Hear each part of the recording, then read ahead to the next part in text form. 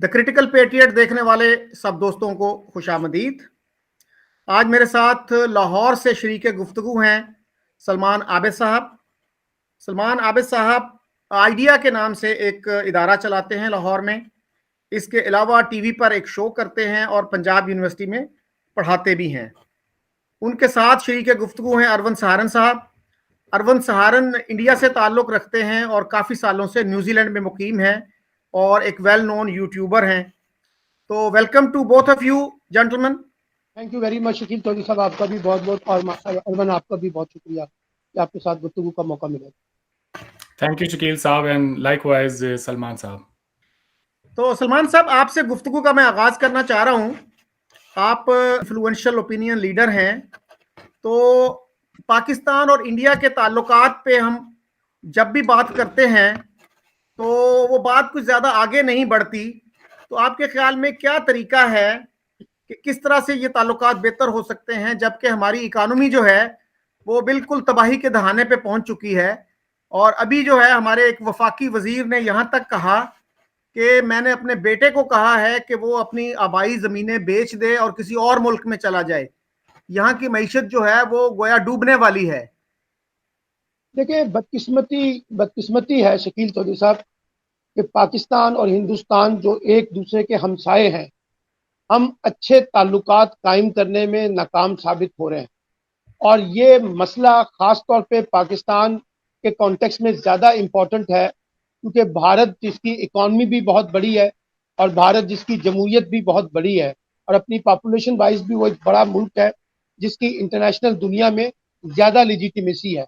इसलिए इस लिहाज से भी पाकिस्तान की ज़्यादा ज़रूरत बनती है कि वो भारत के साथ अपने ताल्लुकात को इस्तवार करे, बेहतर बनाए, और जो भी तनाज़ात हैं, जो भी तज़ादात हैं, जो भी टकराव है, वो हर सूरत में ख़त्म होना चाहिए। क्योंकि पाकिस्तान की और हिंदुस्तान की नहीं, बल्कि इस खित्ते की जो मजमूई सियासत है और जो मजमूई तरक्की है और जो पसमानदा तबकात हैं, उनको अगर आपने ताकत देना है तो हिंदुस्तान और पाकिस्तान के दरमियान ताल्लुकात अगर बेहतर होंगे तो ये खित्ता भी तरक्की करेगा और हिंदुस्तान और पाकिस्तान भी तरक्की करेगा। ये तो एक बुनियादी मेरा नैरेटिव है कि पाकिस्तान और हिंदुस्तान के दरमियान हर सूरत में ताल्लुकात दुरुस्त होने चाहिए। अब सवाल ये है कि क्या वजह है कि हिंदुस्तान और पाकिस्तान के ताल्लुकात ठीक नहीं हो पा रहे। अब इसमें देखिए, दोनों मुल्कों के दरमियान ऐसे ग्रे एरिया हैं और ऐसे लोग हैं जो एक दूसरे की दुश्मनी को अपनी तरजीहात का हिस्सा बनाते हैं। पाकिस्तान में भी भारत दुश्मनी का एक अंसर पाया जाता है और हिंदुस्तान में भी हम देख रहे हैं कि पाकिस्तान दुश्मनी का एक अंसर पाया जाता है। और इसको खास तौर पे दोनों मुल्कों की इस्टेब्लिशमेंट भी और दोनों मुल्कों की सियासी जमातें भी और ख़ास तौर पे जो इंटेलेक्चुअल्स हैं वो इसको बतौर हथियार इस्तेमाल करते हैं। तो जो खलीज कम होनी चाहिए थी, वो खलीज कम होने की बजाय उसमें बदएतमादी के साए जो है वो बहुत ज़्यादा बढ़ रहे हैं। अब ये किस तरह से टूटेगा, इसका वाहिद हल तो ये है कि दोनों मुल्कों को ये अंडरस्टैंडिंग करनी चाहिए कि जितने भी तनाज़ात हैं और जितने भी इस वक्त इशूज़ हैं, उसका वाहिद हल जो है वो मफाहमत के साथ और बातचीत के ज़रिए मुमकिन है। तो पहली स्टेज तो मैं ये समझता हूं कि जो एक अंडरस्टैंडिंग के साथ साथ बातचीत का जब तक आगाज नहीं होगा तो ये तनाजात या ये जो तहफुजात हैं ये कैसे दूर होंगे। ये जो डेडलॉक इस वक्त हिंदुस्तान और पाकिस्तान के दरमियान है, मैं समझता हूं कि यही वो बुनियादी तनाजा है जिसकी वजह से हम आगे बढ़ने की बजाय अपनी अपनी पोजीशंस पे खड़े हुए हैं, जो दोनों मुल्कों के मफाद में नहीं है। अच्छा अरविंद, सलमान साहब ने जो बात की कि दोनों मुल्कों की इस्टेब्लिशमेंट ये नहीं चाहती और दोनों मुल्कों में ये सूरत हाल है, इसको कुछ लोग शायद फॉल्स इक्विवेलेंस कहेंगे कि ये रिगरस एनालिसिस नहीं होता कि जब दोनों फरीकों को आप एक इक्वल मेजर में ब्लेम कर दें। तो आप कैसे देखते हैं इस सूरत हाल को? जी बहुत बहुत शुक्रिया शकील साहब। मेरे ख्याल से सलमान साहब की ज्यादातर बातों से मैं मुत्तफिक हूं। इन्होंने जो भी बातें कही वो कुछ हद तक ठीक हैं, लेकिन ये जो पॉइंट है जो आपने उठाया कि जी दोनों मुल्कों की इस्टेब्लिशमेंट नहीं चाहती, तो ये यकीनन एक फॉल्स इक्विवेलेंस ही है। क्योंकि जहां तक हिंदुस्तान में इस लफ्ज इस्टेब्लिशमेंट का ताल्लुक है, हमने कभी नहीं सुना, हमने कभी भी आज तक ये नहीं सुना कि जी हमारे यहाँ पर भी कोई इस्टेब्लिशमेंट है जो ये नहीं चाहती कि उसके अच्छे ताल्लुकात हो उसके तमाम हमसाए मुल्कों के साथ। और जिस एस्टेब्लिशमेंट का जो है यहाँ हवाला दे रहे हैं सलमान साहब, मैं समझता हूं कि अगर वो कोई है भी तो वो उसकी इतनी ज्यादा रिट नहीं है कि वो हमारी जो पॉलिटिकल लीडरशिप है उसको बाईपास करके और खुद अपने से कोई फैसला ले ले। आपने देखा होगा हिस्ट्री में टाइम एंड अगेन हमारी पॉलिटिकल लीडरशिप ने एक विल दिखाई है इंडिया पाकिस्तान के ताल्लुकात को बेहतर करने की, और जब जब उनकी तरफ से कोई स्टेप्स लिए गए तब तक उन्हें सिवाय मायूसी के और कुछ हाथ लगा नहीं है। मैं ज्यादा तारीख में नहीं जाना चाहता, बट अगर आप सबसे रीसेंट जो हाल में हमारे जो मौजूदा प्राइम मिनिस्टर हैं जिनके बारे में पाकिस्तान में बहुत कुछ कहा जाता है, इमरान खान साहब उनको बड़े नामों से बुलाते हैं, यहां तक कि उन्होंने भी हिंदुस्तान पाकिस्तान के ताल्लुकात को बेहतर करने की अपनी तरफ से पूरी कोशिश की है। जी सलमान साहब, आप क्या कैसे जवाब देंगे अरविंद ने जो बातें की? देखिए, इस वक्त तो हिंदुस्तान में जो नरेंद्र मोदी की हुकूमत है, मुझे तो कुछ कहने की जरूरत नहीं है। खुद भारत के अंदर से इतनी आवाजें आ रही हैं कि कितना वो पाकिस्तान के साथ ताल्लुकात बेहतर करने की ख्वाहिश रखते हैं और कौन से ऐसे इनिशिएटिव उन्होंने लिए हैं जिसकी बुनियाद पे ये कहा जाए कि वो तो दोस्ती करने के लिए आगे बढ़ रहे हैं और पाकिस्तान दोस्ती करने के लिए आगे नहीं बढ़ रहा। पाकिस्तान तो बार बार वो कंपोजिट डायलॉग की भी बात कर रहा है, बातचीत की भी बात कर रहा है, लेकिन इस वक्त जो बदएतमादी है वो बहुत ज्यादा डोमिनेंट है। और मुझे नहीं लगता कि इस वक्त भारत के अंदर से कोई स्पेस उस तरह से मिल रही है जिससे कोई बातचीत का अमल आगे बढ़ सके, चाहे वो कोई भी इशू हो, कश्मीर समेत बाकी जितने भी मामलात हैं। लेकिन बुनियादी बात तो ये ना, देखिए असल मसला तो डायलॉग की तरफ आना चाहिए ना।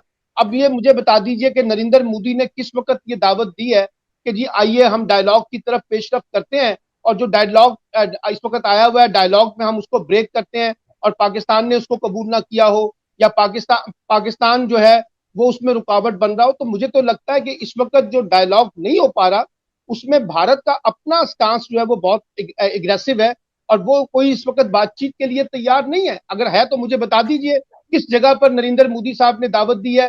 प्राइम मिनिस्टर जिस वक्त आए थे इमरान खान साहब, उन्होंने कहा कि आप एक कदम चले, हम 2 कदम आगे चलने के लिए तैयार हैं। कोई बातचीत की तरफ से कोई ऑफर नहीं आई है। इस वक्त तो भारत के अपने अंदर से वो आवाजें अपना हुकूमती सतह से तो कम से कम नहीं आ रही, या मोदी सरकार की तरफ से ऐसी कोई चीज आई है सामने तो मुझे बताइए, मैं उसको अपनी गलती तस्लीम करूंगा कि उन्होंने हमें ऑफर किया है और हम उसके लिए तैयार नहीं है। अच्छा सलमान साहब, इसमें एक मसला ये आता है कि पाकिस्तान में ये तासुर बड़ा आम है कि जब से नरेंद्र मोदी आए हैं इंडिया पाकिस्तान के ताल्लुकात खराब हो गए हैं। तो मेरा सवाल ये होता है कि क्या इससे पहले इन दोनों मुल्कों के दरमियान घी और शक्कर की शहद की नहरें बह रही थीं कि अचानक नरेंद्र मोदी आए और सब कुछ बिगड़ गया? तो सर, ये जो अटैक हुआ था मुंबई पे जिससे बहुत ज्यादा ताल्लुकात खराब हुए, वो तो कांग्रेस के दौर में हुआ था। और उससे पहले भी आप देख लीजिए, हमारे तो अखबार बड़े अरसे से अजली दुश्मन लिखते आ रहे हैं इंडिया को।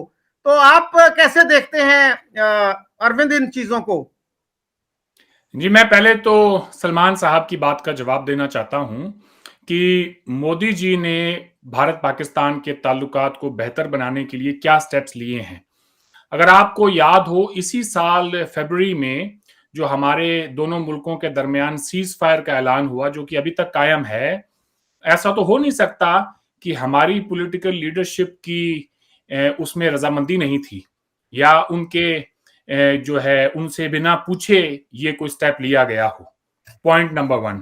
पॉइंट नंबर 2, हमारी हुकूमत ने जब इमरान खान साहब को कोविड हुआ तो मोदी साहब ने खुद उन्हें एक चिट्ठी लिखी, एक खत लिखा, जिसमें उन्होंने खान साहब की सेहत का पूछा और साथ में ये भी लिखा कि हमारे दोनों मुल्कों के दरमियान अच्छे ताल्लुकात होने चाहिए, बस हमारी तरफ से जो कोर इशू है वो है क्रॉस बॉर्डर टेररिज्म का, अगर वो हल हो जाए तो फिर हम अच्छे हमसायों की तरह रह सकते हैं। पॉइंट टू बी नोटेड, उन्होंने इसके अलावा और कोई बात नहीं की। इमरान खान साहब ने जवाब में ये कहा कि हम तब तक अच्छे हमसाये की तरह नहीं रह सकते जब तक कि हमारे दरमियान जम्मू कश्मीर का जो मसला है वो खत्म नहीं हो जाता। तो नरेंद्र मोदी ने तो कोई बात भी नहीं की इस किस्म की कि हमारे दरमियान कोई मसला है या नहीं है। तो जो कॉन्फिडेंस बिल्डिंग मेजर्स होते हैं वो हमारी हुकूमत ने लिए हैं। जवाब में अब आप देखें इमरान खान साहब ये जो कॉमर्स मिनिस्ट्री के वो एज अ मिनिस्टर वो पोर्टफोलियो उनके पास है, तो जब उनसे ये कहा गया कि जी आपने गंदम और चीनी और पता नहीं एक दो आइटम और थे कॉटन वो इंडिया से इंपोर्ट करना है, तो उन्होंने वो ईसीई की समरी पे साइन कर दिया और अप्रूवल दे दिया। बाद में कैबिनेट में वो बात गई तो खान साहब ने उस पर यू टर्न ले लिया और वो उन्हीं के पार्टी के लोग कह रहे हैं कि नहीं जी एज अ कॉमर्स मिनिस्टर तो उनका ख्याल यही था, but as a prime minister उनको लगा कि जब तक कश्मीर का मसला हल नहीं हो जाता तब तक हम आगे नहीं बढ़ सकते हैं। तो ये तो कोई बात ना हुई, कश्मीर का मसला तो 74 साल से है। आप लोगों को इसी तरह एक इशू के ऊपर हॉस्टेज नहीं बना सकते हैं। फिर इमरान खान साहब ने रिपीटेडली जिस तरह से नरेंद्र मोदी साहब को नामों से बुलाया है, मैं वो नाम यहाँ पे लेना भी मुनासिब नहीं समझता किसी भी इंसान के लिए, लेट अलोन अ प्राइम मिनिस्टर। वो एक शख्स नहीं है, ही रिप्रेजेंट्स 135 करोड़ इंडियंस। तो आप किसी को इस तरह से नामों से बुलाएं और फिर ये तवक्को रखें कि वो आपसे अच्छे ताल्लुकात की कोई उम्मीद हो, तो वो थोड़ी सी एक बात ठीक नहीं है। बावजूद इसके कि मोदी साहब ने उनका पूछा, तो जो स्टेप्स किसी ने लेने हैं आगे बढ़ने के लिए हिंदुस्तान पाकिस्तान के अंदर, वो पाकिस्तान की तरफ से अगर कोई सिंसियरिटी हो डायलॉग में, अब डायलॉग के नाम पे वो अगर ये कहें कि जी कश्मीर झोली में डाल के हमें दे दें, तो ऐसा तो नहीं हो सकता। इसके अलावा भी बात हो सकती है। इन पास्ट वाजपेयी साहब का दौर आप लें या उससे पहले के दौर में लें, जब भी बात होती थी हिंदुस्तान पाकिस्तान के बायलैटरल रिलेशंस के दरमियान, तो इंडिया हमेशा ये कहता था कि आए पहले हम अपने जो है पीपल टू पीपल कनेक्शन बेहतर करें, ट्रेड नॉर्मलाइज करें, बायलैटरल ताल्लुकात बेहतर होंगे तो फिर हम ये भी डिस्कस कर लेंगे, जो कि लाहौर डिक्लेरेशन की स्पिरिट के अंदर ये मौजूद है, ये सारी चीजें लिखी हुई हैं। बट पाकिस्तान का ये एक टूक बयान देना कि जी if you don't resolve Kashmir then nothing is going to be okay, ये कोई अच्छी पहल नहीं है। भारत का भी एक तनाजा है अक्साई चीन को लेके चाइना के साथ, बट हम रिपीटेडली उस एक इशू को दो मुल्कों के दो कौमों के दरमियान हॉस्टेज नहीं बना के रखते। तो मैं चाहूंगा कि इस पे सलमान साहब कुछ कहें। अच्छा सलमान साहब, मैं थोड़ा सा ऐड कर दूं। वाजपेयी जो हैं वो लाहौर आए थे और उनके साथियों की जो राय थी वो ये थी कि आप लाहौर ना जाएं, आपके लिए पॉलिटिकली ये अच्छा नहीं होगा। वो रिस्क लेके ये लाहौर आए और उसके बाद जो है उनको पठानकोट का तोहफा मिला। और मोर रिसेंटली सर, सेनेट के चेयरमैन को इंडिया की पार्लियामेंट के स्पीकर ने इनवाइट किया, लेकिन उन्होंने कहा कि जब तक कश्मीर का मसला नहीं आएगा तो मैं तो नहीं आऊंगा। एनएसए जो है हमारे नेशनल सिक्योरिटी एडवाइजर, उनको बुलाया गया, उन्होंने भी बड़ा रूडली जो है उसको कहा कि spoiler can not be peace maker. China भी नहीं गया, लेकिन चाइना ने इस तरह की लैंग्वेज यूज नहीं की। और जो ये बार बार जो कह रहे हैं अरविंद, तो सर हमारे जो हार्ड लाइनर एम्बेसडर्स भी हैं, उन्होंने भी ये कहा है कि एक वजीर आजम को इस तरह की लैंग्वेज जेब नहीं देती कि वो दूसरे वजीर आजम को फाशिस्ट कहे, वो उसको हिटलर का साथी कहे, वगैरह वगैरह। और सर जब उन्होंने ये खत लिखा था, इमरान खान साहब की सेहत याबी की दुआ की थी, तो हमारे एक वजीर ने कहा था कि हम Narendra Modi would be the last person जिनकी दुआएं हमें चाहिए हों। तो सर क्या डिप्लोमेसी इसी तरह कंडक्ट की जाती है? देखिए, बात यह है कि जब वाजपेयी पाकिस्तान आए थे तो पाकिस्तान में उनके आने के ऊपर भी बहुत सख्त रद्द-ए-अमल था, लेकिन उसके बावजूद उस वक्त के प्राइम मिनिस्टर नवाज शरीफ साहब ने उनको वेलकम किया और एक बड़ा तारीखी माहिदा भी ऐलान लाहौर के नाम से वहां पर हुआ था। फिर उसके बाद आप देखिए कि सिर्फ मसला इमरान खान का नहीं है। जब नवाज शरीफ और नरेंद्र मोदी प्राइम मिनिस्टर बने तो नवाज शरीफ साहब पाकिस्तान से चल के उनको मुबारकबाद देने भी गए थे। फिर उसके बाद करतारपुर बरादरी के हवाले से भी जो है एक इनिशिएटिव लिया गया।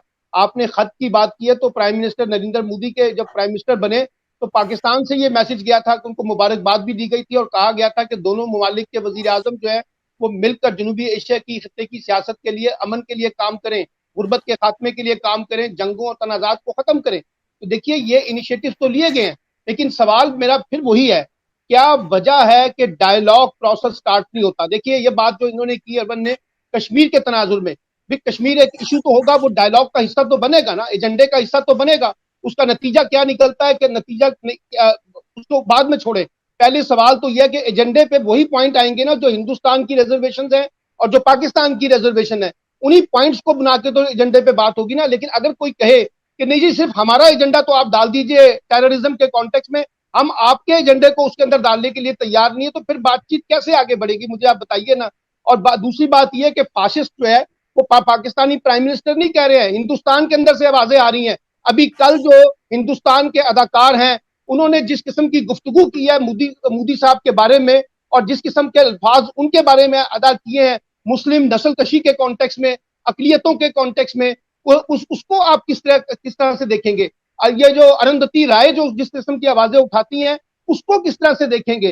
फारूक अब्दुल्ला ने और महबूबा मुफ्ती ने जो सवालात उठाए हैं उसको कैसे आप देखेंगे। देखिए बात यह है, अगर हमने एक दूसरे के ऊपर पॉलिटिकल स्कोर करने हैं तो बहुत से पॉइंट मेरे पास भी होंगे, उनके पास भी होंगे। असल में तो हमें वे फॉरवर्ड की तरफ जाना चाहिए, और वे फॉरवर्ड ये है कि दोनों मुल्कों की क़यादत आपस में बैठ के एजेंडे को सेट करे, एजेंडे के नतीजे में डायलॉग प्रोसेस को आगे बढ़ाए। और ये डायलॉग पहले दिन तो हल नहीं होने वाले, एक प्रोसेस तो स्टार्ट करे ना। इस वक्त जितने भी इनिशिएटिव वो कहते हैं, अरबन कहते हैं कि नरेंद्र मोदी ने, लेकिन डायलॉग तो नहीं स्टार्ट हो पा रहा ना। और जब जिस वक्त अमेरिका ने एक सालसी की बात की, उस वक्त भी कोई थर्ड ऑप्शन के तौर पे कोई कबूल करने के लिए तैयार नहीं है।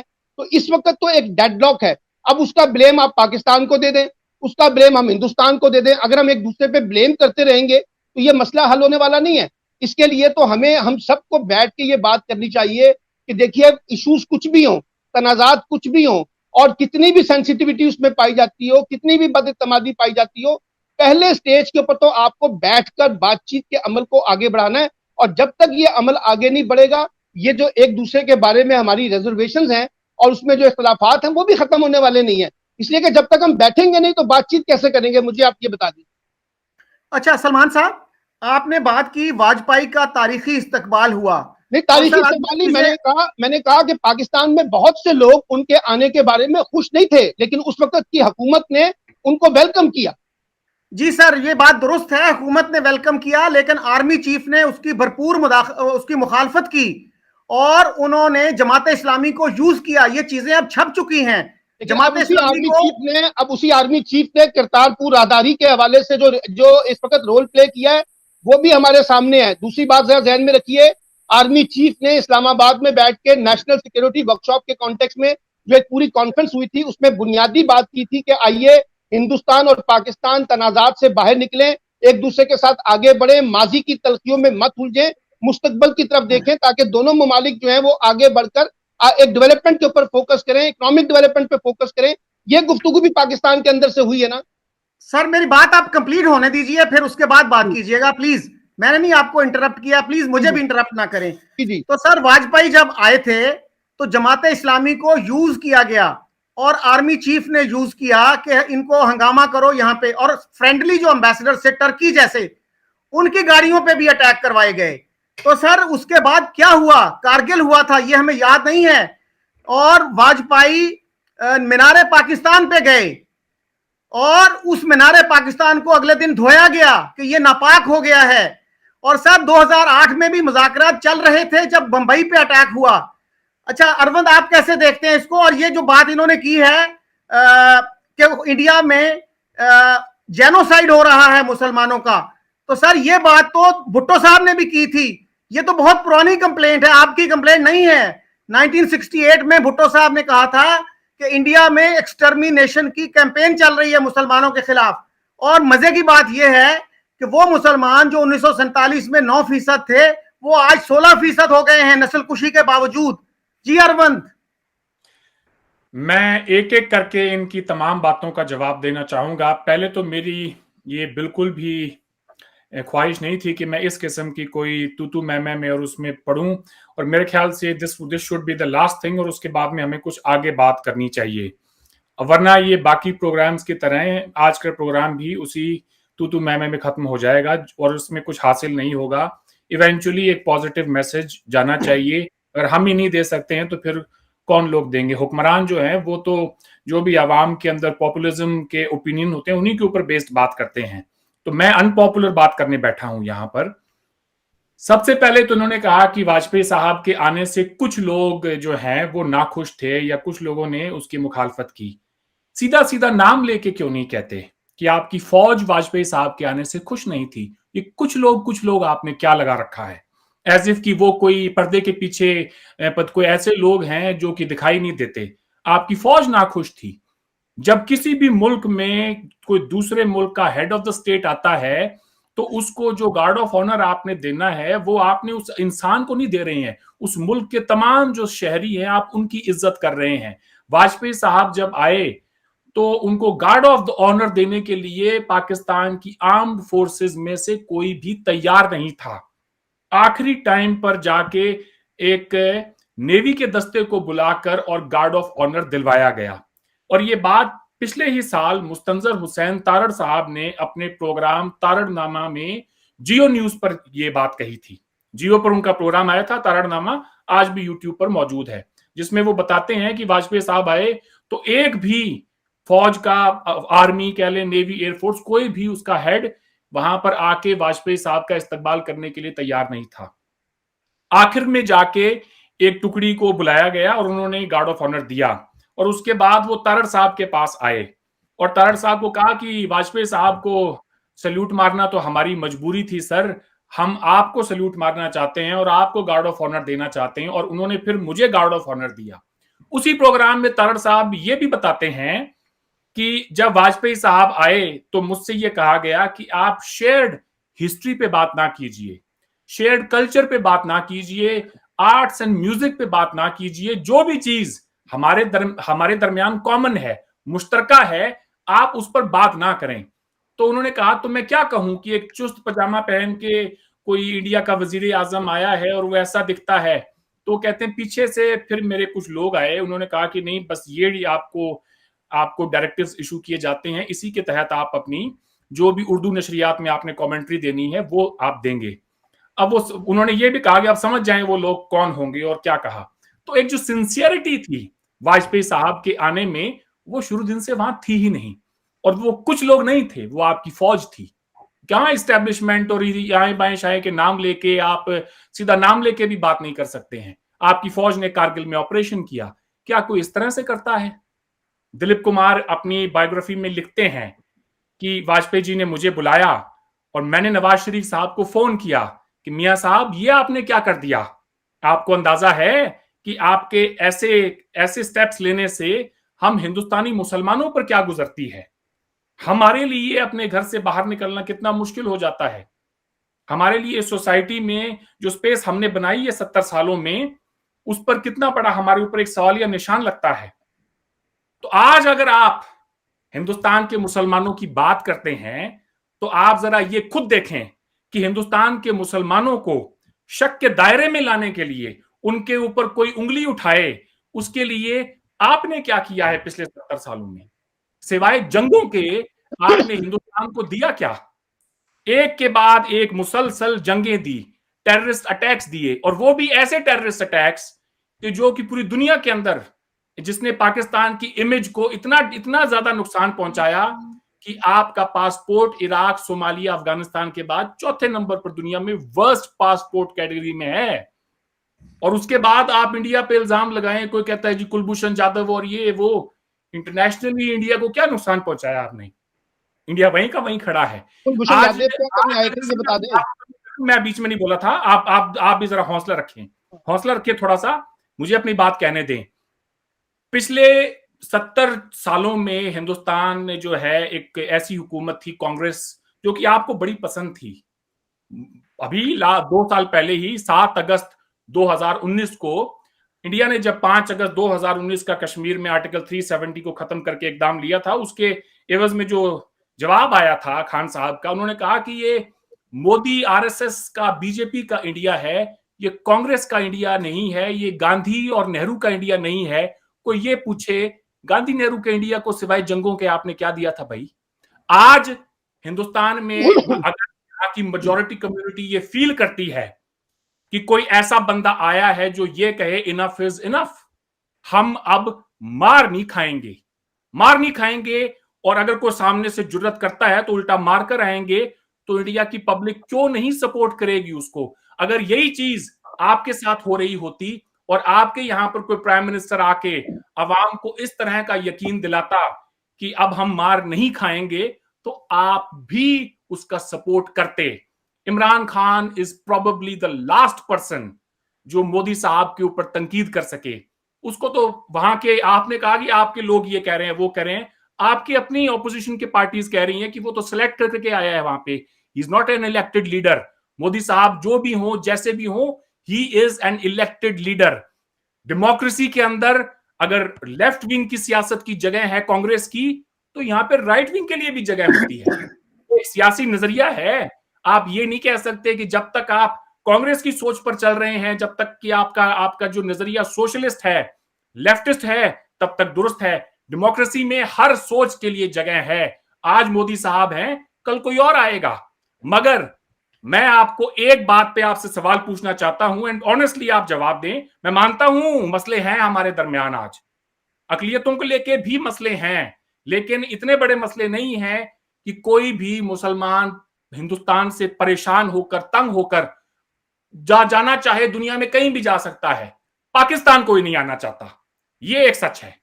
हर साल डॉन की ही एक खबर है जिसमें उन्होंने कोट की है गवर्नमेंट ऑफ पाकिस्तान की ऑफिशियल फिगर्स को, कि 5 से 7 हजार हिंदू पाकिस्तान से इंडिया जा रहा है, वो भी 50 लाख की आबादी में से। तो अगर 20-25 करोड़ की आबादी में से मैं कहता हूं कोई 5 भी अगर पाकिस्तान की तरफ आ रहे हो, तो आप कुछ क्लेम कर सकते हैं कि हाँ कोई बात है।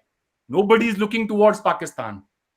आपको चाहिए था, जो मुल्क वजूद में ही इस बात के लिए आया है कि अकलियतों के तहफ्फुज के लिए, उसके यहां पर अकलियतों को किस तरह कोई मसला पेश आ सकता है।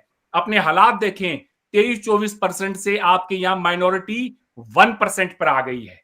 ये हालात हैं। उसके बाद Pakistan and Pakistanis are the last people to lecture India on communal issues. Hindustan में दंगे फसाद हिंदू मुसलमानों के दरमियान मोदी साहब के आने के बाद शुरू नहीं हुए हैं। आजाद हिंदुस्तान के अंदर इसकी एक लंबी तारीख है, और आजाद हिंदुस्तान से पहले भी, अंग्रेज के जमाने में भी ये दंगे फसाद होते थे। पार्टीशन के दरमियान भी जो दंगे फसाद हुए, वो माफ करें हिंदुस्तान की तरफ से शुरू नहीं हुए। वो रावलपिंडी, मुल्तान में आपने हिंदुओं और सिखों का जेनोसाइड किया, आपने उसको फोर्स किया, तो उसका रिएक्शन आया इंडियन पंजाब से, ईस्ट पंजाब से उसका रिएक्शन आया। सिखों ने नहीं कत्लेआम शुरू किया पहले, ये तारीख है, अपने बच्चों को पढ़ाएं। आपने मुतालिया पाकिस्तान पढ़ा पढ़ा कर जो उनको झूठ का बार लगा रखा है, उसको भी जरा सच होकर बताया करें। तो मैं ये जानना चाहता हूं, हिंदू फंडामेंटलिज्म से इनको प्रॉब्लम है। शाहिद अफरीदी ने भी बयान दिया था अभी पिछले साल, मोदी बुरा है क्योंकि वो मजहब की सियासत करता है। अल्लामा इकबाल कहकर गए थे, अगर जुदा हो दीन सियासत से तो रह जाती है चंगेजी। ये मोदी नहीं कहा था। क्या आपके यहां पर सियासत में अभी आपके जो वो एक फवाद चौधरी साहब कह रहे थे हमें मजहब को इस्तेमाल नहीं करना चाहिए सियासत में? ओ भाई, आपके यहां तो सारी सियासत ही मजहब के नाम पर होती है। एक जुमला नहीं बोल सकते हैं बिस्मिल्लाह रहमान रहीम के बगैर आप। एक बात, एक सेंटेंस पूरा नहीं होता, उससे पहले कोई ना कोई मजहब की बात उसमें आई जाती है। तो ऐसा है, इंडिया को लेक्चर आप बाद में करें, पहले अपने खुद के हालात देखें इस मामले में।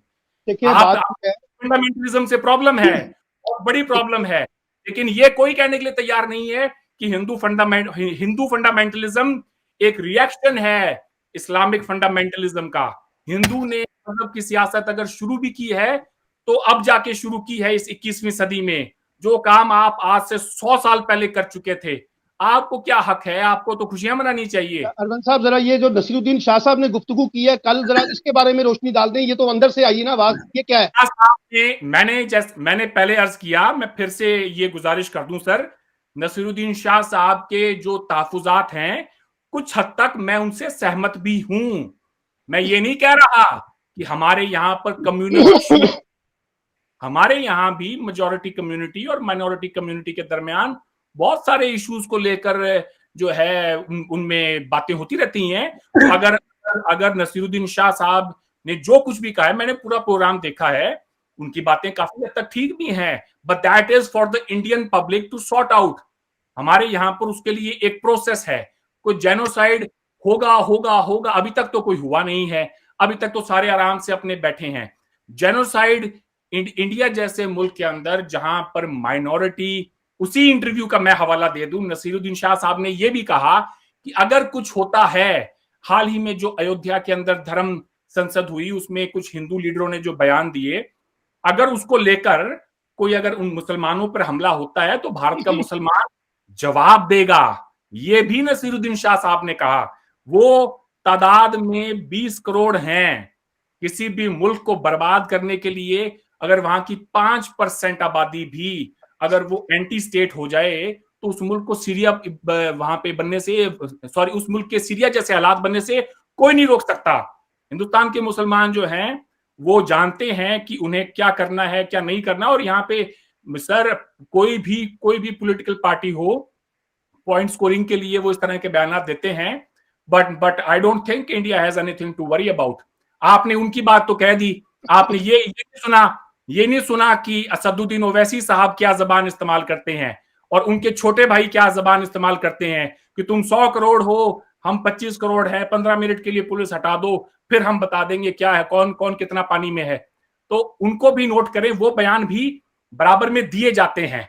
अगर यहाँ पे हिंदुओं की तरफ से कोई बयान आता है तो मुसलमान टक्कर देता है, क्योंकि वो टक्कर देने की पोजीशन में है। वो कोई ऐसा नहीं है कोई। बात ये है कि अगर आपने एक रिएक्शनरी अप्रोच के ऊपर बैठ के सारा नैरेटिव डेवलप करना है तो फिर ये नैरेटिव तो चलता रहेगा। इसमें क्या फर्क पड़ेगा? जो बातें आपने की हैं, आपने तो सारा मलबा डाल दिया पाकिस्तान के ऊपर कि जी हर चीज की बुराई की जड़ जो है वो पाकिस्तान है। आप ये कहते हैं कि जी बात देखिए, मैंने पहले आपसे कहा है कि दोनों ममालिक के अंदर ऐसे लोग मौजूद हैं, ऐसे ग्रोह मौजूद हैं जो हिंदुस्तान और पाकिस्तान के दरमियान ताल्लुकात को बेहतर बनाने की बजाय उसमें बिगाड़ पैदा करना चाहते हैं, इंतहा पसंदी भी करना चाहते हैं, एक दूसरे के खिलाफ नफरत अंगेज बातें भी करने की कोशिश की जाती है। कि जो भारत के अंदर मूवीज बनती हैं, हम भी बैठ के देखते हैं ना, जिस किस्म की मूवीज वहां पे पाकिस्तान के कॉन्टेक्स्ट में बन रही हैं, मुस्लिम दुश्मनी के कॉन्टेक्स्ट में बन रही हैं। मैं तो इस बहस में जाना नहीं चाहता। मैंने तो आपसे ये सवाल शुरू में रखा था कि आप ये बताइए कि वे फॉरवर्ड के कॉन्टेक्स्ट में क्या ऐसे इनिशिएटिव है जो दोनों मुल्कों के दरमियान आने चाहिए, जिसकी बुनियाद पे जो डेडलॉक है वो ब्रेक हो और डायलॉग प्रोसेस आगे बढ़े। बाकी देखिए, बातें तो आपके पास भी बहुत हैं और सही होंगी बहुत सी बातें, मेरे पास भी कुछ बातें हैं, वो ठीक माने या ना माने, लेकिन दोनों तरफ से अगर हमने माजी का मातम करना है और आगे नहीं बढ़ना तो फिर उसका कोई वे आउट नहीं है। ये दोनों तरफ से मातम चलता रहेगा। हम तो हिंदुस्तान का मीडिया भी देखते हैं, आप पाकिस्तान का मीडिया भी देखते हैं। जरा हिंदुस्तान के मीडिया को रिव्यू कर लेना, किस किस्म के गुफ्तगू वहां पे और किस किस्म के टॉक शो हो रहे हैं।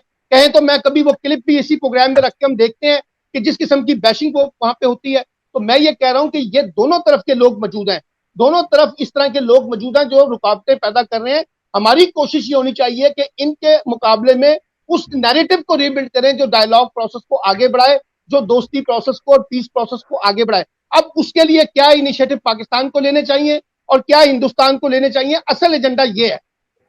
अच्छा सलमान साहब, मैं अगर अर्ज कर सकूं, आपने नसीरुद्दीन शाह की बात की, तो सर ये चीज कि एक आदमी वहां पे इतना खुल के तनकीद कर सकता है, ये भी आपको कुछ ना कुछ बताती है हकीकत क्या है।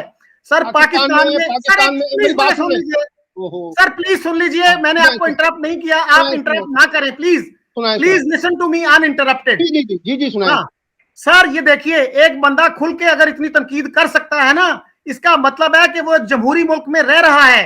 पाकिस्तान में सर, पाकिस्तान में अहमदियों के साथ कौन सा जुल्म है जो नहीं हुआ, हिंदुओं के साथ क्या नहीं होता, क्रिश्चियंस के साथ क्या नहीं होता।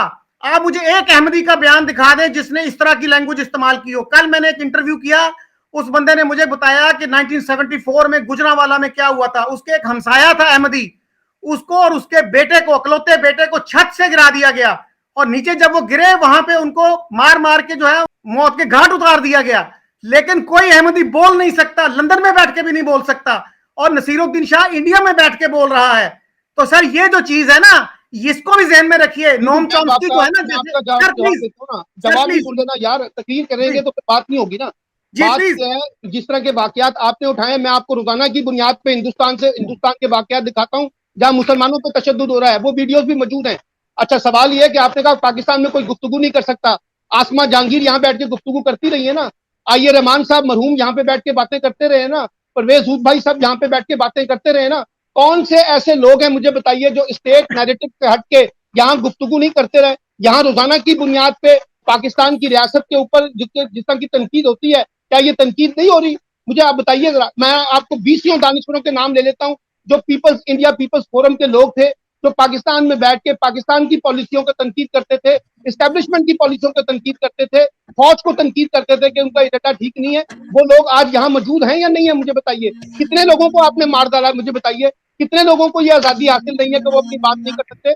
आज के अखबार उठा के देखें, कितने लोग हैं अंग्रेजी अखबार में जो लिख रहे हैं, बहुत सी बातें लिख रहे हैं, ये नुसरत जावेद साहब लिखते हैं, बहुत से लोग लिख रहे हैं। तो ये कह देना जी पाकिस्तान में कोई इस तरह की वायरस की कोई गुंजाइश ही नहीं है, तो ये लोग क्या पाकिस्तान से बाहर बैठ के गुफ्तगू कर रहे थे सारे के सारे? यार सलमान साहब, मैंने ये बात की है, एक अहमदी मुझे दिखा दीजिए जिन्होंने सफर किया है। इंटेलेक्चुअल्स की बात नहीं मैं कर रहा, मैं ये कह रहा हूं एक हिंदू दिखा दीजिए। अभी तो आपने कहा नसीरुद्दीन शाह वहां गुफ्तगू कर सकता है, इस तरह की गुफ्तगू यहाँ कौन कर सकता है? मैंने आपको नाम बता दिए सर, वो माइनॉरिटी का है, माइनॉरिटी से ताल्लुक रखता है।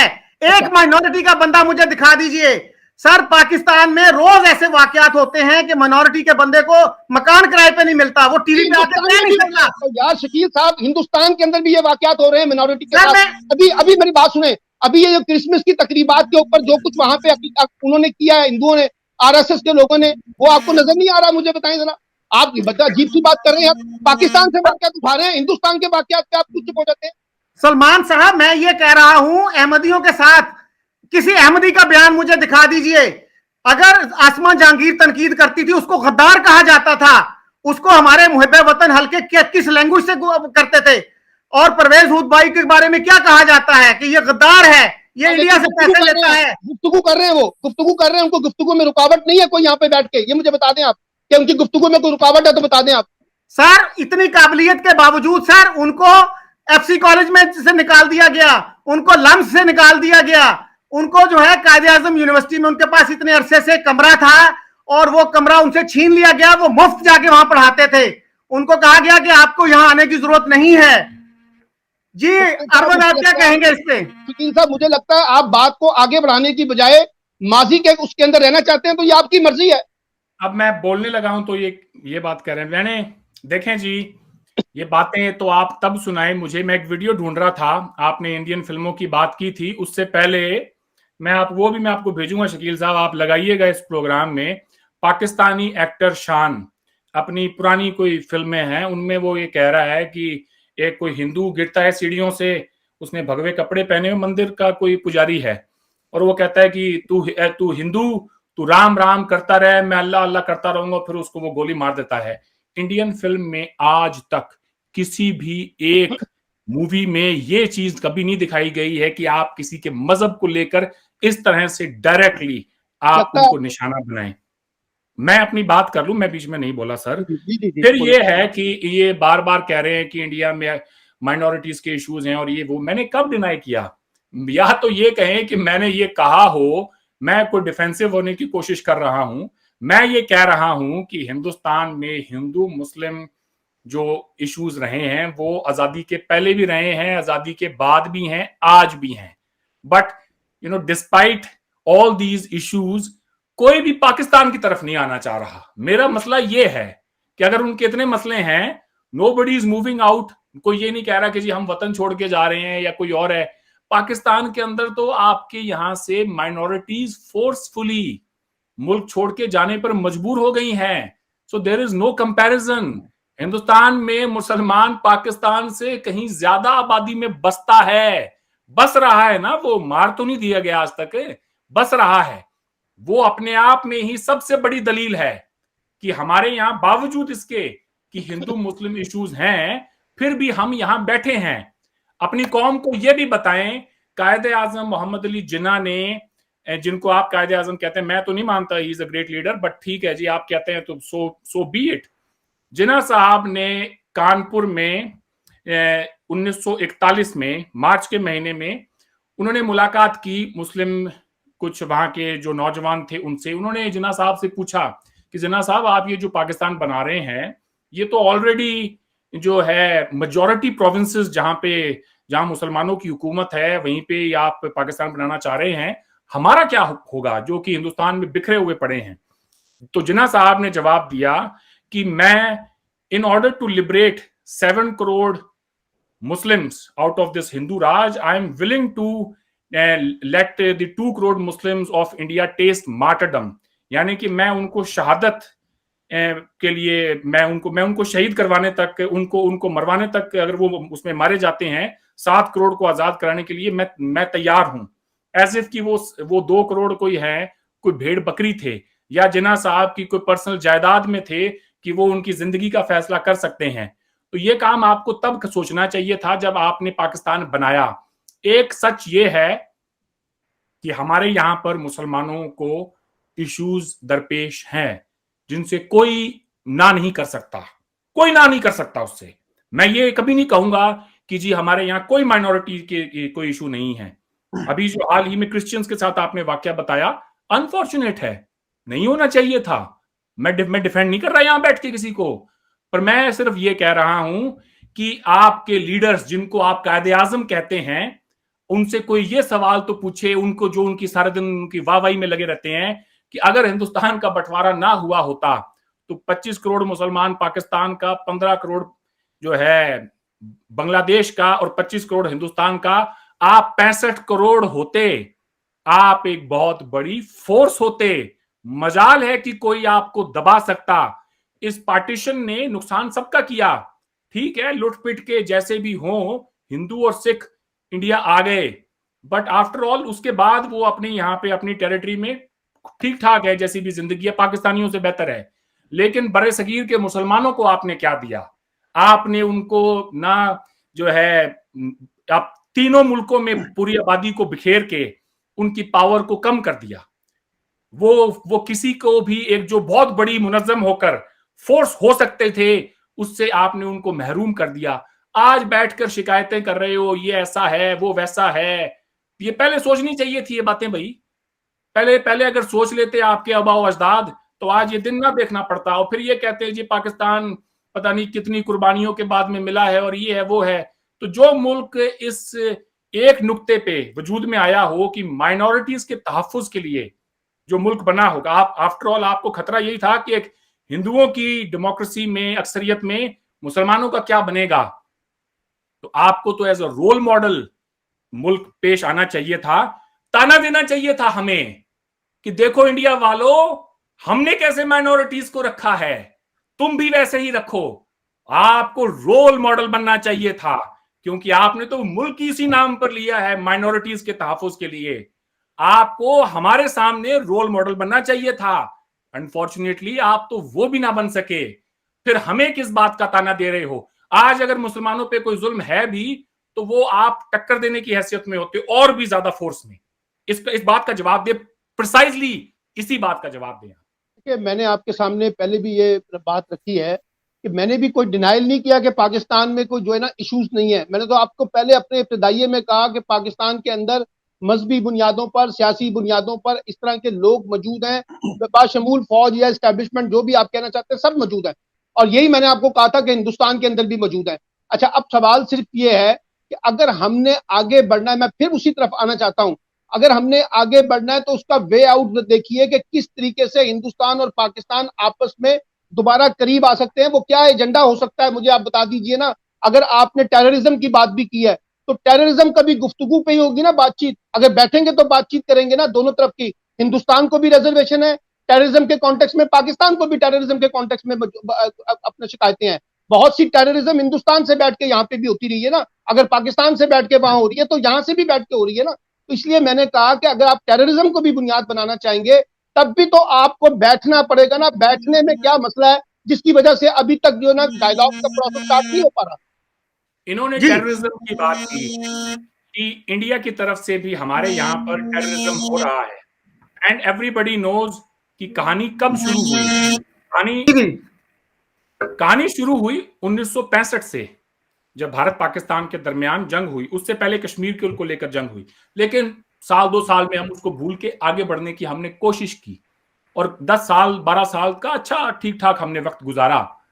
कहानी शुरू होती है जब आपने मुसलसल, एक मुल्क है आपका हमसाया है, उसमें से निकलकर आप बने हैं, वो आपसे आबादी में 7 गुना बड़ा है, वो आपसे रकबे में बहुत बड़ा है, उसके बावजूद आपने जानबूझकर आउट ऑफ द वे जाके उसको दुश्मन बनाया। और जब उसको दुश्मन बनाया तो क्या ये सोचा नहीं कि यार अगर हम कोई कैपेबिलिटी रखते हैं इंडिया के अंदर जाकर स्ट्राइक करने की, in form of terrorism specifically, Hindustan में क्या कमी है भाई? हम कोई भूखे नंगे लोग हैं भूखे नंगे? वैसे तो बहुत सारे हमारे यहाँ पॉवर्टी के इश्यूज हैं। पाकिस्तान से फिर भी हमारे पास पैसा बहुत है, पाकिस्तान से बड़ी आबादी है, पाकिस्तान से बड़ी इकोनॉमी है। क्या हम कैपेबिलिटी नहीं रखते कि हम उस तरफ जाके कुछ कर सकें और कोई हम जवाब दे सकें? क्या हमारे अंदर वो कैपेबिलिटी अगर नहीं है तो हमारी इंटेलिजेंस एजेंसियों को बंद कर देना चाहिए अपना काम, उनको घर बैठ जाना चाहिए। वो किस काम के हैं कि अगर दुश्मन मुल्क की एजेंसियां हमारे यहां पर खून खराबा कर रही है, बेगुनाह लोगों का कत्ल वहां पे कर रही है, और वो सारा दिन उसकी बैठ के, जैसे हमारे यहाँ टीवी पे कहते हैं, कड़ी निंदा, कि वो उसको क्रिटिसाइज करते रहे कि हम मजम्मत करते हैं पाकिस्तान ने ये किया, हम मजम्मत करते हैं पाकिस्तान को। हमने अपने लीडर्स को मजम्मत करने के लिए इलेक्ट करना बंद कर दिया है। शायद यही वजह है कि मोदी साहब आए हैं, शायद यही वजह है कि एक लंबे अरसे तक इस मुल्क में हुकूमतें पाकिस्तान से हो रही दहशतगर्दी की सिर्फ मजम्मत करती रही, उसके आगे उन्होंने कुछ नहीं किया। तो आपको इस बात की गलतफहमी में, आपको इस मुगालते में नहीं रहना चाहिए कि हिंदुस्तान में कोई कैपेबिलिटी नहीं है स्ट्राइक बैक करने की। ऐसा तो ये तो जरूरी नहीं है ना सलमान आबिद साहब कि हर जंग जो हिंदुस्तान पाकिस्तान के दरमियान होगी वो हम अपनी सरजमीन पर लड़ें। 65 में आप आए, इंडियन टेरिटरी में जंग हुई, 71 में आप आए, कारगिल में आप आए, उससे पहले कश्मीर में आप आए। क्या हमने ये सलाहियत नहीं कि हम जंग को आपकी टेरिटरी में लेकर जाएं? फिर आपकी चीखें निकल जाती हैं कि जी इंडिया ये कर रहा है, इंडिया वो कर रहा है। आपसे बेहतर हालात है हमारे, हर लिहाज से बेहतर हैं। अगर हालात बहुत बेहतर हैं, अगर हालात capacity sir, please, we also have the capacity to strike you in the same manner that you have done to us. हमारे पास भी कैपेसिटी है। मुझे मेरी थोड़ी सी इस्लाह कर दें, कहां से स्टार्ट होगी गुफ्तगू हिंदुस्तान और पाकिस्तान के दरमियान, आप बता दें। अच्छा अरविंद, एक मिनट। अच्छा सर, एक मिनट। सलमान साहब, गुफ्तगू शुरू करते हैं अक्टूबर 1947 से। भाई मेरी बात सुने, प्लीज सुन लेना, प्लीज सुन ले, प्लीज सुन ले।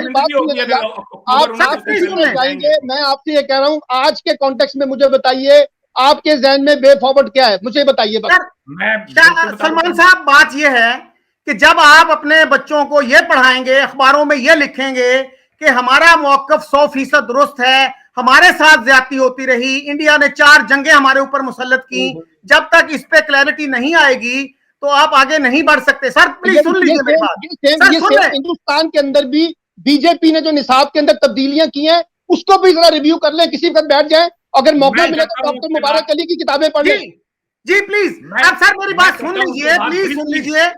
अपनी बात रख देता हूं। यही सवाल कांग्रेस ने पार्लियामेंट में पूछा हमारी मौजूदा हुकूमत से कि आपने निसाब में यानी करिकुलम में तब्दीलियां की हैं, सो मच सो कि आप हिस्ट्री को डिस्टॉर्ट कर रहे हैं। तो हमारे एजुकेशन मिनिस्टर का ये बयान है कि एक पॉइंट भी, अगर हमने एक फुल स्टॉप भी हमने इधर से उधर किया है तो आप हमें बताएं और हमें लाके साबित करें। इंडिया के अंदर, मैं इंडिया में पढ़ा हूं sir, let me tell you something, हमारे यहां ना ही तो 1947-48 की कश्मीर की जंग के बारे में पढ़ाया जाता है, और ये व्यूअर्स जो प्रोग्राम देखेंगे वो भी इस बात की तस्दीक कर देंगे, ना ही हमें किताबों में 65 की, 71 की, कारगिल की जंगों के बारे में पढ़ाया जाता है। वो इसीलिए पढ़ाया जाता है क्योंकि हमारे जो बड़े थे उन्होंने ये फैसला किया कि अगर इनको पढ़ाएंगे तो फिर ये भी बताना पड़ेगा कि सामने कौन था। तो सामने किसी अयूब खान का नाम आएगा तो वो बच्चा जो है वो शक में आके वो कहेगा कि मेरा एक क्लासमेट भी है भाई, इसका नाम भी अयूब खान है या इसका नाम भी याहिया है, वो उसको शक की नजर से ना देखे। इसलिए हमारे बड़ों ने कभी भी हमें ये चीजें नहीं पढ़ाई हैं जो आपने मुतालिया पाकिस्तान में ठूस ठूस के अपने बच्चों को पढ़ाई। डिफेंस डे हम नहीं बनाते हैं, आप बनाते हैं सर। आप कहते हैं कि रात के अंधेरे में हिंदुस्तान जो है वो उसने हम पर हमला किया।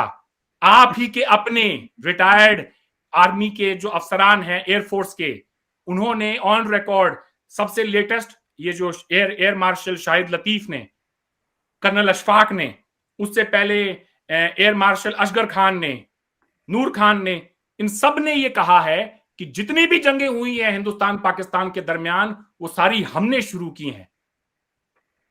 झूठ तो ना बोलें। अच्छा सलमान साहब प्लीज अब सुन लीजिएगा मेरी बात। लेफ्टिनेंट कर्नल सिकंदर बलोच ने सर 2013 में नवाए वक्त में जुलाई 24 को लिखा था कि कश्मीर का जो हमने ये जो लूज किया वो ट्राइबल इन्वेजन की वजह से लूज किया, और भी हमने गलतियां की। हमने एक स्टैंड स्टिल एग्रीमेंट किया था और उसकी हमने खिलाफ वर्जी की। वो सप्लाईज वो चीजें भी हमने उनको सप्लाई करना बंद कर दी जिनकी पेमेंट हो चुकी थी। तो उन्होंने कहा कि हमारी तरफ से जो है ना ये पूरा केस मिस हैंडल किया गया।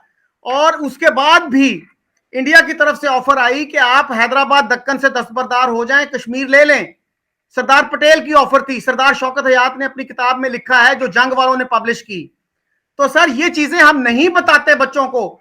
और असगर खान का जैसे अभी अरविंद ने हवाला दिया, असगर खान ने ये कहा कि जितनी जंगें हुई हैं आगाज हमारी तरफ से हुआ। तो सर ये जब तक आप नहीं बताएंगे, और सर ये जो हिंदुओं के खिलाफ नफरत है, 2004 में नवाए वक्त में ये छपा कि हमारे नौजवान जो हैं पैकरों के धोखे में हिंदुओं को इंसान समझ बैठते हैं। ये इंसान नहीं है, ये दरिंदे हैं, ब्लड थर्स्टी डीमंस हैं। यहां तक हमारे एक मेजर अखबार में, मेन स्ट्रीम अखबार में ये छपा है। और सर आपने बात की थी परवेज हुद भाई की। सर परवेज हुद भाई जो है ना, उनको आज पाकिस्तान में कहीं नौकरी नहीं मिल सकती। पीएचडी की हुई है उन्होंने एमआईटी से। उन्होंने चाइना की 2 यूनिवर्सिटियों को जो है ना अपना सीवी भेजा और वो चाइना में एक्सेप्ट हो गए कि आप आए यहाँ पे रिसर्च करें, यहाँ पढ़ाएं। पाकिस्तान में कोई यूनिवर्सिटी उनको रखने के लिए तैयार नहीं है। और सर आसमा जहांगीर जब फौत हुई थी ना, उस पर देख लीजिएगा कि कितने हमारे जो पावरफुल क्वार्टर्स हैं, कितने लोगों ने उनका ताजियती पैगाम भेजा था। और खादिम रिजवी साहब की डेथ पे किन किन लोगों ने ताजियती पैगाम भेजे थे। हमारे हीरोज तो ये हैं सर। अब आपकी बात मुकम्मल होगी तो मेरी भी सुन ले। अगर आपको इस वक्त मौका मिले तो मैं आपको हिंदुस्तान के मीडिया के अंदर जो इस वक्त पाकिस्तान दुश्मनी और मुस्लिम दुश्मनी की जो माशाल्लाह बड़ी शानदार तकरीरें और टॉक शो होते हैं वो भी आपको भिजवा देता हूं, वो भी देख लीजिए वो क्या है। कितने प्रोग्राम आपको मैं बताऊंगा, कितने प्रोग्राम आपको दिखाता हूं जिसके अंदर ये सारा कुछ ये चीजें हो रही है। हिंदुस्तान में इस वक्त अगर हिंदुस्तान में कोई पाकिस्तान दुश्मनी की कोई अगर बात हो रही है जो कि आपने कहा, मैं उसको कबूल करता हूं, वो नहीं होनी चाहिए। मैं उसकी सख्त से सख्त लफ्जों में मजम्मत करता हूं। मगर ये कहना कि सिर्फ हिंदुस्तान में हो रही है, मैंने ये नहीं कहा ये सिर्फ हिंदुस्तान में हो रही है। मेरी बात सुनिए, प्लीज नहीं पहले मेरी बात सुनिए, पहले मेरी बात सुनिए। हिंदुस्तान से हो रही है ये गलत है सर। देखिए मैंने ये कहा ही नहीं है, मैंने ये कहा ही नहीं है कि सिर्फ पाकिस्तान में नहीं हो रही है। मैंने शुरू में आपको कहा कि पाकिस्तान और हिंदुस्तान दोनों में। और आपने इस वक्त आपको ये बातें वो हैं कि मैंने शुरू में तो कहा था कि पाकिस्तान में हो रहा है। इस वक्त आपने नहीं कहा। जब भी कोई ऐसा जुमला मैंने तो उनका जवाब दिया ना, मैंने तो उनका जवाब दिया। जो कह रहे थे मुझे पाकिस्तान जुमला कहें तो एक ही सांस में सच बयान कर दें। लोगों के पास इतना वक्त नहीं है कि वो 50 मिनट पीछे जाके देखेंगे। वो सच सिर्फ आपका सच नहीं होगा ना भाई, आपका सच आप मुझ पे नहीं, मेरी बात सुने ना। आप ये कहना चाहते हैं कि जो आप कह रहे हैं वो सच है, तो मैं कहूंगा ये कहा कि हमारे यहाँ होता है, आपके यहाँ भी होता है। अब मैं आपको एक और हवाला देता हूँ, आज बहुत दुरुस्त हो। मैं आपको एक और हवाला देता हूँ। आप अपना शकील चौधरी साहब जरा डॉक्टर मुबारक अली से एक इंटरव्यू कर लें और उनसे पूछिए कि भारतीय स्कूलों की किताबों में निसाब में क्या तब्दीलियां आई हैं। जरा उनसे भी सुन लीजिए कि बीजेपी ने क्या क्या तब्दीलियां की हैं जो जो जो कहा जा रहा है कि नहीं हुई है। देखिए बात यह है, ये जो हिंदुआता का नारा जो है ना, जो इस वक्त लगाया जा रहा है कि जिसने हिंदुस्तान में रहना है उसको हिंदुआता को कबूल करना, ये आरएसएस के लोग तो बड़े बढ़ चढ़ के नारे लगा रहे हैं ना, या नहीं लगा रहे? मुझे बता दीजिए। ऐसा नहीं लगा रहे हैं। आरएसएस के चीफ मोहन भागवत साहब ने यह कहा कि इस धरती में रहने वाले जितने भी लोग हैं, हम तमाम लोग हिंदू हैं, हिंदू संस्कृति के हैं। उससे हिंदू से मुराद ये कोई नहीं है कि कोई इस हिंदू मत को मानने वाला, हिंदू धर्म को मानने वाला नहीं है। हिंदू लफ्ज भी जो है यहाँ तो जबरदस्ती मार के पढ़ाया जा रहा है यार। सिर्फ 10 सेकंड दें। दरियाए सिंध के इस पार रहने वाले तमाम लोगों को हिंदू कहा जाता था। ये एक हिस्टोरिकल फैक्ट है जो कि सदियों से, तो उसमें हमारा जो रिलीजन है उसको सनातन धर्म कहते हैं।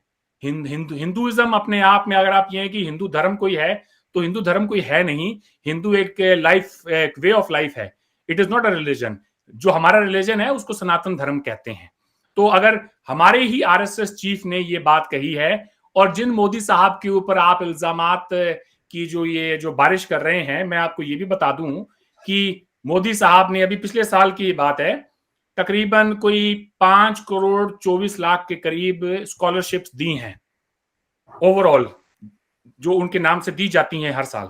उनमें से जो स्कॉलरशिप मुसलमानों को मिली है वो है 80%, सिख्स को मिली है अराउंड 7.7%, और बाकी जो वहां के क्रिश्चियंस हैं उनको भी उस जो है हम वो उनको भी ज्यादा मिली है। हिंदुओं को तकरीबन 4.5% स्कॉलरशिप मिली है।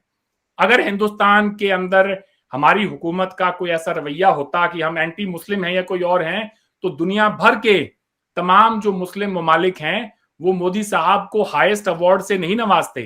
वैसे अगर आपको अगर मौका मिले तो जरा भारत के अंदर जब इलेक्शंस हो रहे होते हैं, उन इलेक्शन के अंदर तकरीरें सुन ले जरा, क्या क्या गुफ्तगू होती है पाकिस्तान दुश्मनी और वो कोई अच्छा, मैं देखें, मैंने आपसे कहा पहले भी, आप ये बात भी आपकी ठीक है कि इलेक्शंस के दौरान हाई वोल्टेज स्पीचेस दी जाती हैं एक दूसरे की कम्युनिटीज के खिलाफ, मगर क्या वो स्पीच सिर्फ हिंदुओं के लीडरों की तरफ से दी जाती है?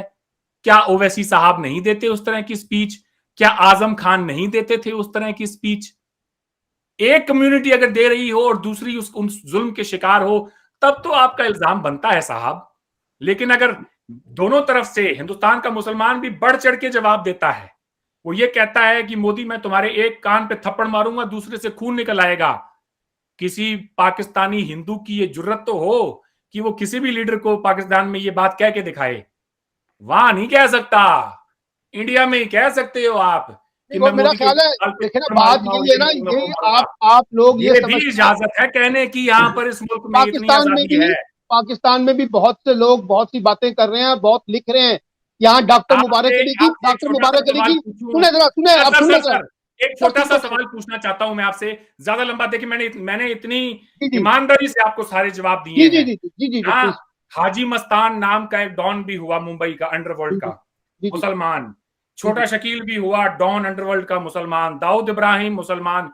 कोई पाकिस्तान में हिंदू डॉन भी है या नहीं है? नहीं, मैं आपसे ये सवाल कर रहा हूँ जो नहीं हुआ वहां पर कोई हिंदू डॉन, जो मैंने आपसे कहा है कि बात हिंदू डॉन क्यों नहीं पैदा हुआ कोई? तो मैं आपसे ये कह रहा हूँ कि यहाँ पर भी उन लोगों ने, यहाँ पे मुतबादल वॉइसेस जो है मौजूद हैं, लिख रही हैं, बोल रही हैं, पढ़ रही हैं। डॉन की बात कर रहा हूँ मैं लिखारियों की बात नहीं कर रहा।